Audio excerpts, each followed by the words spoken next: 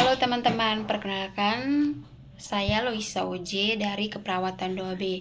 Baik, di sini saya akan menjelaskan materi tentang sistem otot. Nah, apa itu otot? Otot merupakan alat gerak aktif karena otot memiliki kemampuan berkontraksi. Selain itu juga, otot mempunyai peranan dalam memberikan bentuk luar tubuh bersama dengan rangka. Secara makroskopis, kumpulan otot diselimuti oleh jaringan ikat berupa selaput transparan yang dinamakan fascia. Nah, di pelekatan otot ini dibagi menjadi dua, yaitu yang pertama arigo dan yang kedua inserio. Nah, yang pertama di sini ada arigo. Arigo adalah kemampuan otot untuk menarik atau mengkontraksi tanpa adanya perubahan panjang otot. Dan yang kedua ada inserio. Inserio adalah tempat perletakan otot pada tulang yang bergerak. Nah, sekarang kita masuk pada fungsi otot. Yang pertama itu ada otot gerak, yaitu membantu tubuh dan anggota tubuh bergerak.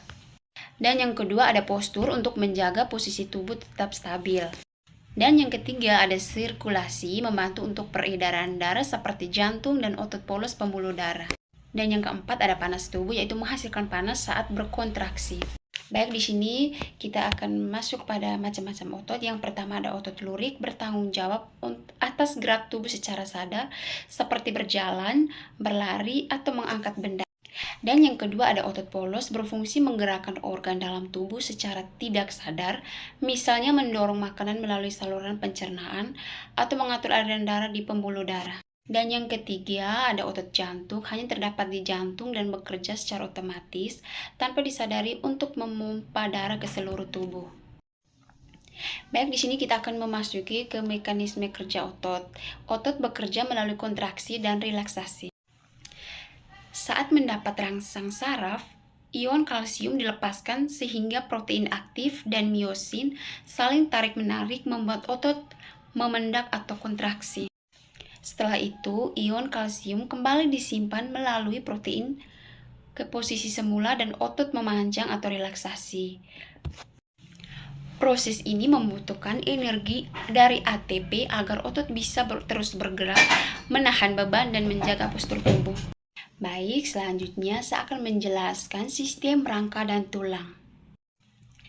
Nah, teman-teman, di sini rangka tidak dapat bergerak sendiri apabila tidak digerakkan oleh otot. Oleh sebab itu, rangka merupakan alat gerak pasif dan sebaliknya otot merupakan alat gerak aktif. Dan selanjutnya di sini ada fungsi rangka. Rangka tubuh manusia tersusun dari 206 tulang dengan berbagai bentuk dan ukuran. Rangka pada manusia memiliki fungsi-fungsi sebagai berikut. Yang pertama ada formasi bentuk tubuh. Tulang-tulang yang menyusun rangka tubuh menentukan bentuk dan ukuran tubuh. Yang kedua ada formasi sendi-sendi, yaitu tulang-tulang yang berdekatan membentuk persendian yang bergerak, tidak bergerak, dan sedikit bergerak. Dan yang ketiga ada pelekatan otot-otot, yaitu tulang-tulang menyediakan permukaannya sebagai tempat untuk melekat. Yang keempat ada bekerja sebagai pengungkit. Tulang digunakan sebagai pengungkit untuk bermacam-macam aktivitas selama pergerakan. Dan yang berikutnya ada pengelompokan rangka manusia. Yang pertama ada rangka aksial. Rangka aksial merupakan tulang-tulang yang berada di bagian tengah sumbu tubuh. Tulang rangka aksial terdiri dari tulang atas kepala, ruas tulang belakang, tulang dada, dan tulang rusuk. Jadi baik, yang kedua di sini ada rangka apendikular. Rangka apendikular meliputi anggota gerak tubuh.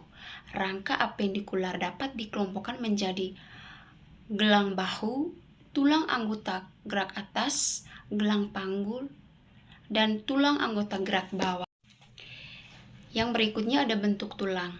Berdasarkan bentuk dan ukurannya, tulang yang menyusun rangka tubuh manusia dibagi menjadi beberapa kelompok, yaitu tulang pipa, tulang pendek, tulang pipih, dan tulang tidak beraturan. Tulang pipa atau panjang merupakan tulang yang berbentuk seperti pipa atau silindris. Berikutnya ada tulang pendek. Tulang pendek merupakan tulang-tulang yang lebih kecil dan tidak ada perbedaan yang nyata antara ukuran panjang dan lebar. Yang berikutnya ada tulang pipi. Tulang pipi merupakan tulang yang berbentuk lempengan-lempengan pipi yang lebar. Jadi yang berikutnya ada tulang tidak beraturan. Tulang tidak beraturan merupakan tulang dengan bentuk kompleks yang berhubungan dengan fungsi khusus. Jadi di sini kita akan memasuki kepada jenis-jenis tulang. Yang pertama ada tulang rawan dan yang kedua ada tulang keras.